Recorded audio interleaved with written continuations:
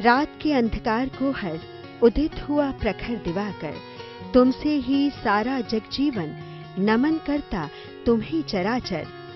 खुले गगन में पंछी उड़ते भरती ऊंची उड़ान, श्रम के गीत लगे गूंजने झूमे खेत खलिहान। समस्त चराचर जगत की आत्मा है सूर्य, तमसो मां ज्योतिर्गम्य। हे प्रभु, हमें अंधकार से प्रकाश की ओर ले चलो। सभी दिशाओं को प्रकाशित करता सूर्य सभी प्राणियों में नई आशा व उत्साह का संचार करता है। सत्य है कि पृथ्वी पर जीवन का आधार है सूर्य, अक्षय ऊर्जा का भंडार है सूर्य।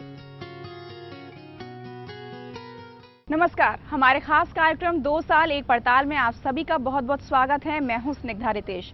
जैसा कि आप सभी जानते हैं कि केंद्र सरकार को 2 साल पूरे हो गए हैं और इस कार्यक्रम के जरिए सरकार द्वारा चलाई जा रही योजनाएं कहां तक पहुंची हैं, किसानों तक कहां तक पहुंची हैं, इसकी पड़ताल हम करते हैं। और इसमें हमारा आज का विषय है सौर ऊर्जा संचालित कृषि।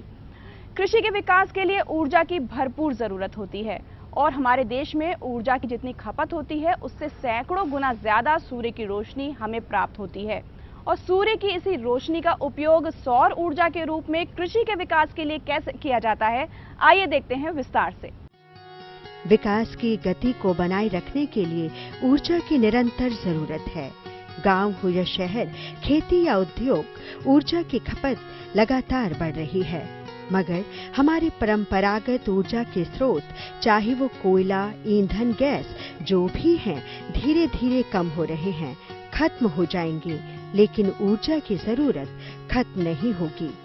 समय की मांग है कि अक्षय ऊर्जा स्रोतों का दोहन किया जाए, परंपरागत ऊर्जा पर निर्भरता कम हो, भविष्य के लिए ऊर्जा आपूर्ति निरंतर रहे। अक्षय ऊर्जा स्रोतों में से अत्यंत महत्वपूर्ण स्रोत है सौर ऊर्जा। किसी भी देश के आर्थिक व्यवस्था के विकास के लिए ऊर्जा का एक विशेष स्थान है। ऊर्जा मुख्यतः 2 प्रकार की होती है, क्षय ऊर्जा तथा अक्षय ऊर्जा। इसे हम रिन्यूएबल एनर्जी तथा नॉन रिन्यूएबल एनर्जी कहते हैं।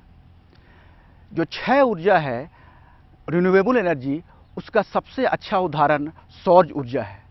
ये ऊर्जा जो है ये बिल्कुल आसानी से उपलब्ध है और ख़ास करके जो ये क्षय ऊर्जा का स्रोत है सोलर एनर्जी, ये हमारे पूरे भारत देश में उपलब्ध है।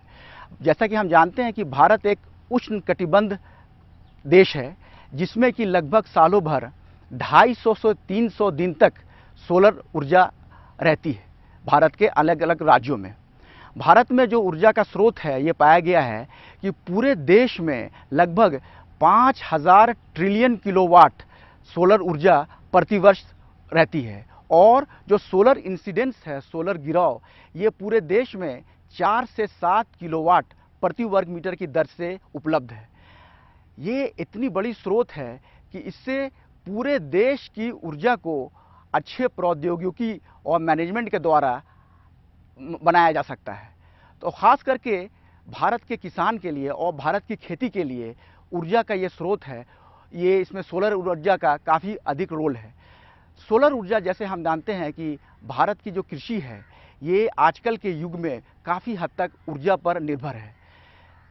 कृषि क्षेत्र में जो ऊर्जा का सबसे ज़्यादा खर्च होता है वो ख़ास करके के सिंचाई अर्थात पंपिंग में होती है और जो ऊर्जा की जो खर्च होती है ये मुख्यतः मैकेनाइजेशन, जिसे हम मशीनीकरण कहते हैं, तथा पोस्ट हार्वेस्ट में जो तुड़ाई उपरांत प्रौद्योगिकी है, इन सभी क्षेत्रों में ऊर्जा का काफ़ी ज़्यादा भूमिका है। सौर ऊर्जा को लगाने के लिए जो सोलर पैनल लगाई जाती है ये मुख्यतः उत्तर से दक्षिण दिशा में लगाई जाती है और इसकी जो रेटिंग होती है ये मुख्यतः किलोवाट के आधार पर डिसाइड की जाती है। किसान भाई ये बात ध्यान रखें कि जैसे जो हमारे छोटे किसान हैं या मध्यम किसान हैं, जो जिनके पास की जो खेत होती है वो 2 से 5 हेक्टेयर तक होती है, तो इन्हें मुख्यतः 2 से 5 हॉर्स पावर की पैनल की ज़रूरत होती है। जब 2 हॉर्स पावर की पैनल की ज़रूरत होती है तो ये पैनल मुख्यतः किलोवाट के हिसाब से मिलता है। तो किसान भाई ये ध्यान रखें कि 1 किलोवाट में लगभग 0.746 किलोवाट होता है, अर्थात 1 हॉर्स पावर में 746 वाट होता है। तो अगर किसान भाई को 2 हॉर्स पावर का अगर पंप, मोटर या ग्रीन हाउस लगाना है तो उन्हें ध्यान रखना पड़ेगा कि उन्हें 2 हॉर्स पावर के लिए कम से कम इन्हें किलोवाट में बदल के इन्हें 2 से 3 किलोवाट का सोलर पैनल लगाना पड़ेगा। और जैसा कि मैंने बताया, ये बात ध्यान रखें कि ये जो सोलर पैनल लगाएं इसे उत्तर दक्षिण दिशा में लगाएं और सोलर पैनल से जो तार वगैरह निकलेगी ये सीधे हमारे पंप में या ग्रीन हाउस में पहुंचेगी। आस्था के सागर में हो जाएं सराबोर, प्रभु की अनुकंपा से बंधे जीवन की डोर, सफल और सार्थक बनाएं अपना जीवन, आशा और विश्वास जगाए जीवन दर्शन, रोजाना सुबह 6 बजे।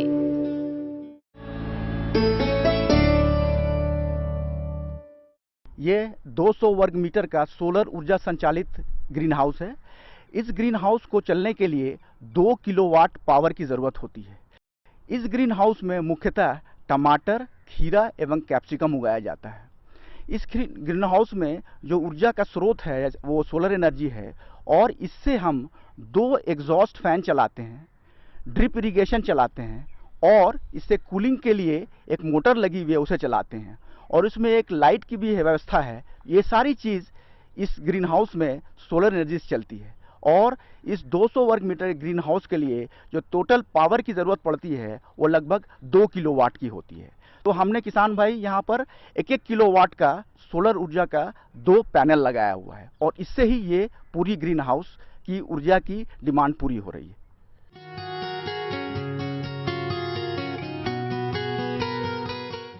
इस ग्रीन हाउस में पैनल से जो पावर है वो वायर द्वारा यहाँ पर पहुँच रहा है। यहाँ पर एक स्विच है और इसी स्विच से हम सारे यंत्र चलाते हैं। जो पहला यंत्र है वो 2 एग्जॉस्ट पंखे हैं और इस एग्जॉस्ट फैन से ग्रीन हाउस की जो गर्म हवा है उसे हम बाहर निकालते हैं। ये 2 पंखे इसी सौर ऊर्जा से चल रहे हैं और यहाँ पर ड्रिप सिंचाई प्रणाली लगी हुई है और हम जैसा कि ड्रिप सिंचाई का ये टैंक देख रहे हैं 500 लीटर का, ये ड्रिप सिंचाई प्रणाली की सारी फिल्टर है, वॉल्व है और ये मेन लाइन है और यहाँ से ड्रिप सिंचाई प्रणाली इस पूरे 200 वर्ग मीटर में लैटरल पाइप के द्वारा पहुँचा दी गई है। और इस ग्रीन हाउस में हम जो एक खास तरह की खेती जिसे हम मिट्टी रहित खेती कहते हैं, ग्रो बैग है और इस ग्रो बैग में जहाँ जहाँ पर हम देखते हैं ये ड्रिपर्स लगे हुए हैं और ये यहाँ पर पानी पहुँचता है और इसी ड्रिपर्स में हम यहाँ पर फसल उगाते हैं। इसके ठीक विपरीत के तरफ हम लगाते हैं एक कूलिंग पैड और ये सारा कूलिंग पैड में भी एक मोटर लगी होती है। ये सेलुलोज के द्वारा कूलिंग पैड लगाई जाती है। एक मोटर है और ये मोटर इस पैड में पानी छिड़कता है जिससे कि ये ग्रीन हाउस काफ़ी ठंडा हो जाता है। तो इसकी जो भी पावर रिक्वायरमेंट है ये सोलर द्वारा चलती है। तीसरी चीज़ जो है यहाँ पर एक लाइट लगी हुई है छोटी सी और ये 30 वाट का एक लाइट है और ये लाइट कभी भी अगर रात में किसान भाई को ग्रीन हाउस के अंदर काम करना होता है तो इसमें ये सौर ऊर्जा से प्रकाशित होती है। तो बैटरी बैंक होती है और ये बैटरी बैंक्स में जो पावर जमा हो जाता है इस पावर से हम कभी भी रात में या दिन में अपना ग्रीन हाउस के लिए, चाहे वो ड्रिप हो, चाहे वो कूलिंग के लिए पंखा हो या कूलिंग मोटर हो, वो चला सकते हैं। भारत सरकार अक्षय ऊर्जा स्रोतों के विकास हेतु निरंतर प्रयासरत है। माननीय प्रधानमंत्री ने इस दिशा में अत्यंत ठोस कदम उठाते हुए नवीन व नवीकरणीय ऊर्जा मंत्रालय के तहत अनेक ठोस कार्यक्रमों को आरंभ किया है। इनमें से एक अत्यंत महत्वपूर्ण कार्यक्रम है जवाहरलाल नेहरू राष्ट्रीय सौर ऊर्जा मिशन। इस मिशन के तहत अत्यंत महत्वाकांक्षी लक्ष्य रखे गए हैं। मंत्रालय ने देश भर में सौर ऊर्जा के उत्पादन पर नजर रखने के लिए वर्षवार लक्ष्य भी तय किए हैं। Jawaharlal Nehru national solar energy mission JLNNSM है। ये जो परियोजना है ये भारत सरकार की अब तक की सबसे बड़ी परियोजना थी। इस परियोजना का जो मुख्य लक्ष्य था कि किस तरह से पूरे देश में किसान सोलर एनर्जी को लगाएं, चाहे वो पंपिंग के लिए हो, चाहे वो लाइटिंग के लिए हो, चाहे वो ग्रीन हाउस के लिए हो। ये परियोजना वर्ष 2010-11 में लागू की गई और इस परियोजना का जो ब्रांड नेम था सोलर इंडिया के नाम से इसे पूरे देश में लागू किया गया और ये अब तक की सबसे बड़ी मिशन है। दूसरी जो मुख्य मिशन रही है, ये 2014-15 में national solar pumping energy mission ये लागू की गई और इस मिशन के तहत ये टारगेट रखा गया कि किसी तरह से जो सोलर पंप है वो पूरे देश में जैसे पहुँचे, क्योंकि मैंने जैसा बताया कि पंपिंग और सिंचाई ये हमारे किसान के लिए सबसे महत्वपूर्ण चीज़ है और यहीं पर सबसे ज़्यादा ऊर्जा की खपत होती है। यहाँ पर यह भी एक बात बताना आवश्यक है कि अगर किसान भाई अपने खेत में पंपिंग एवं सिंचाई के लिए सोलर पैनल लगा लेंगे तो इसी पैनल से अन्य जो ऊर्जा की जो डिमांड है, जैसे मैकेनाइजेशन की है, मशीनीकरण के लिए है, लाइटिंग के लिए है, तोलाई उपरांत प्रौद्योगिकी के लिए छोटी छोटी मशीन है, ये सभी इसी पैनल के द्वारा मीट हो जाएगी या इसका पूर्ति हो जाएगी। जैसा कि मैंने बताया कि सोलर एनर्जी के द्वारा जो मिशन था, इसमें ये टारगेट रखा गया था कि वर्ष 2015 तक लगभग 25,000 सोलर पंप पूरे देश में पहुंचे। ये हालांकि एक छोटा सा लक्ष्य था, क्योंकि इसमें सोलर एनर्जी पंपिंग को लगाने में एक सबसे बड़ी जो बाधा है वो शुरू की लागत है। सोलर एनर्जी पंप लगाने में, जैसा मैंने बताया, जो ये सारा सिस्टम लगता है, सोलर पैनल, बैटरी और उसके अलावा जो सिस्टम लगती है पंप वगैरह, इसका खर्चा जो होता है ये करीब प्रति किलोवाट जो आता है 1 लाख रुपए प्रति किलोवाट के हिसाब से। तो ये हमारे किसान भाई के लिए काफ़ी ज़्यादा खर्चा था और इसके कारण ही ये परियोजना के बावजूद अभी ये जो हमारा लक्ष्य है वो अभी सिर्फ 25,000 किसान भाई तक ही पहुंचा है। और ये रखा गया है कि जो ये 12वीं पंचवर्षीय योजना है 2012 से 17 तक, भारत सरकार का लक्ष्य है कि जो उसके 2 मुख्य मिशन हैं, Jawaharlal Nehru national solar mission और national solar pumping energy mission के द्वारा लगभग 10 लाख पंपिंग यूनिट पूरे देश में पहुंचे।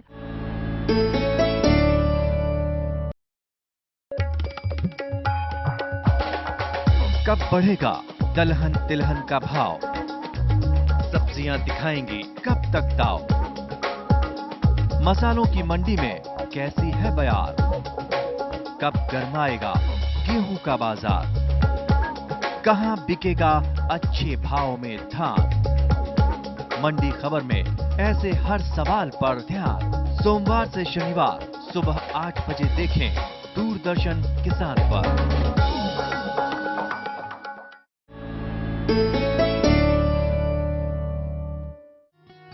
भारत सरकार द्वारा सोलर ग्रीन हाउस बनाने के लिए आर्थिक व तकनीकी सहायता दी जा रही है।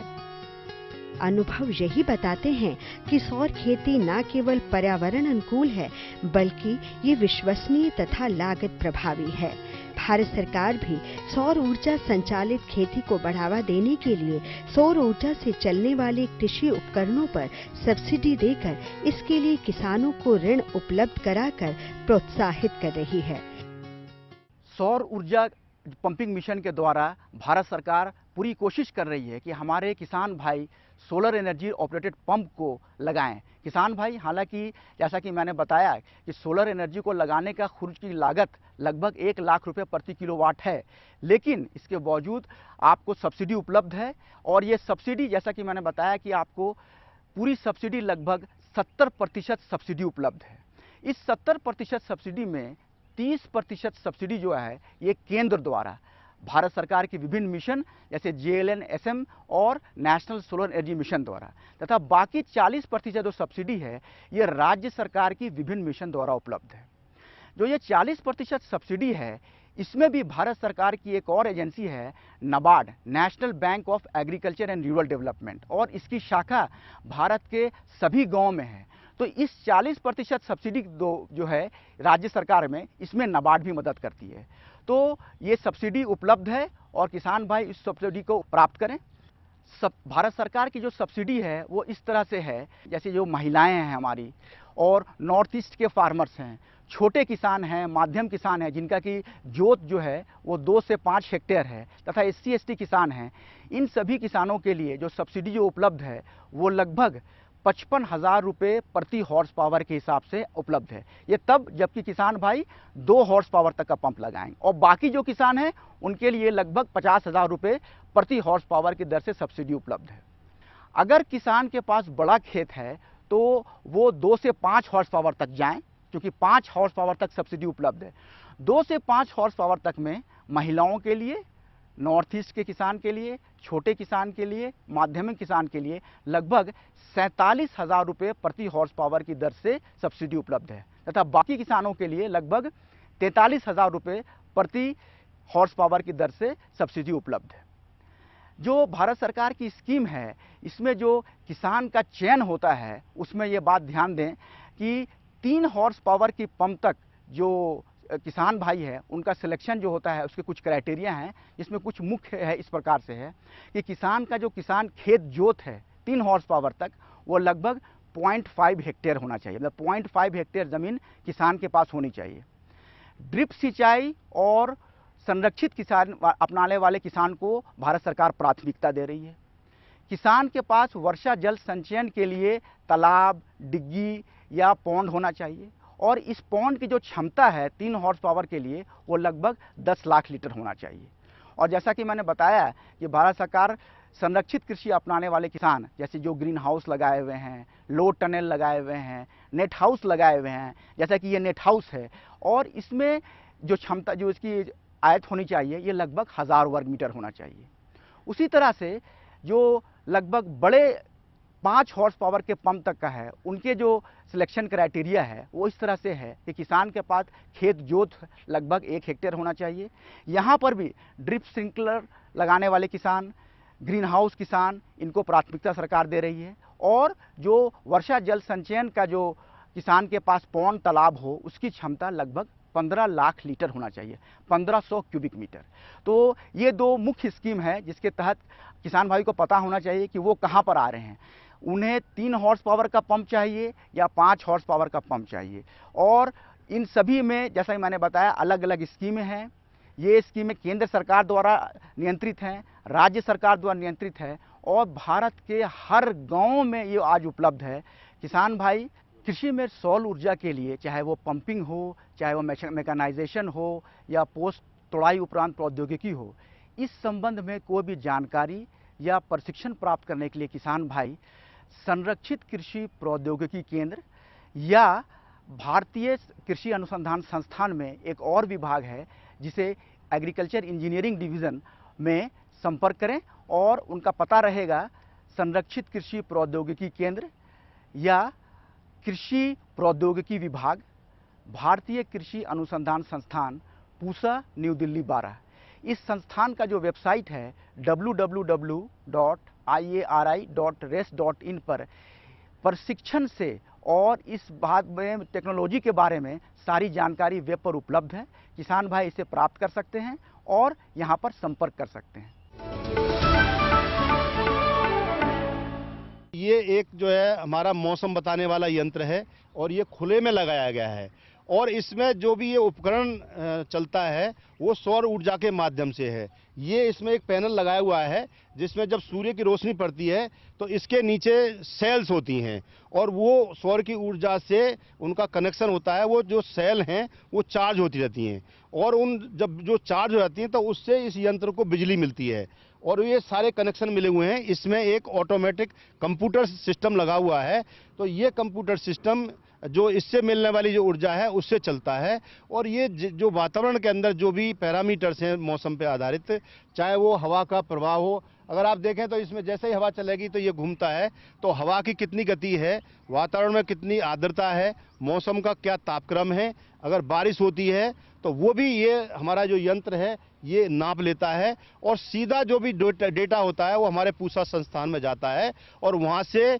जो संदेश होते हैं, छोटे संदेश होते हैं जिसको SMS कहते हैं, उसके माध्यम से हमारे किसानों को मौसम से संबंधित जो है ये जानकारी दी जाती है कि और फोरकास्ट भी किया जाता है इसके द्वारा कि आगे आने वाले समय के अंदर मतलब क्या उम्मीद है, कोई बारिश की उम्मीद है, तो जो मौसम आधारित अनुमान है उसमें भी ये जो यंत्र है काफ़ी हद तक जो है मदद करता है। एक ऐसा सोलर पैनल मैंने अपने घर पे लगवाया है जिसको मैंने हरियाणा गवर्नमेंट की जो स्कीम थी उसके तहत लगवाया था, जो कि मुझे गुड़गांव ग्रामीण बैंक के थ्रू मैंने उसको लिया था, जो कि इंस्टॉलमेंट में उसकी पेमेंट करनी थी।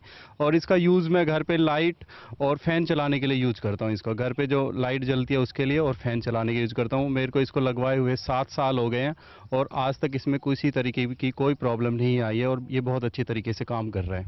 अगर ये किसान भाइयों को मिलता है तो हमें काफ़ी उपयोगी साबित हो सकता है हमारे लिए। हम इससे अपने घर में बिजली चला सकते हैं, ट्यूबवेल चला सकते हैं, चारा काटने की मशीन चला सकते हैं।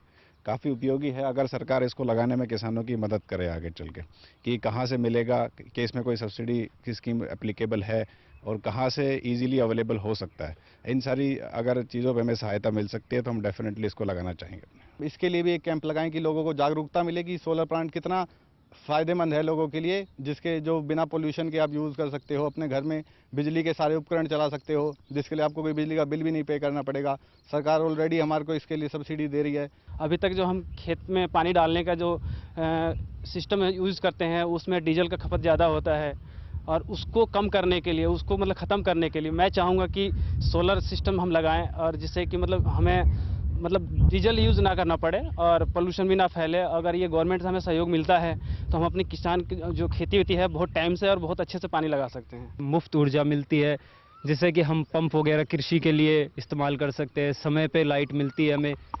और जो हमारी समस्या आती है कि रात को लाइट नहीं आती तो बच्चे पढ़ नहीं पाते हमारे, तो वो अब कभी भी लाइट की दिक्कत ना होने के कारण पढ़ सकते हैं हमारे बच्चे, खाना समय पे मिल सकता है। और मैं गवर्नमेंट से अनुरोध करूंगा कि ज़्यादा से ज़्यादा सब्सिडी दे ताकि हम किसान भाइयों के ज़्यादा से ज़्यादा लाभ मिले और लोग ज़्यादा से ज़्यादा जागरूक हो। कृषि विशेषज्ञ भी सौर संचालित कृषि के लिए किसानों को मार्गदर्शन दे रहे हैं।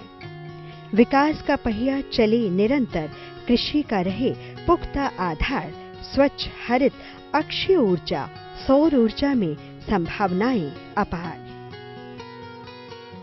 भविष्य की ऊर्जा आपूर्ति की सभी समस्याओं का समाधान है सौर ऊर्जा।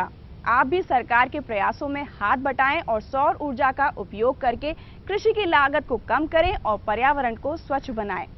तो आज के अंक में बस इतना ही। उम्मीद करते हैं ये जानकारी आपके लिए जरूर मददगार साबित होगी। नए विषय और नई जानकारियों के साथ आपसे फिर होगी मुलाकात। तब तक के लिए मुझे दीजिए इजाजत और आप देखते रहिए दूरदर्शन किसान। नमस्कार।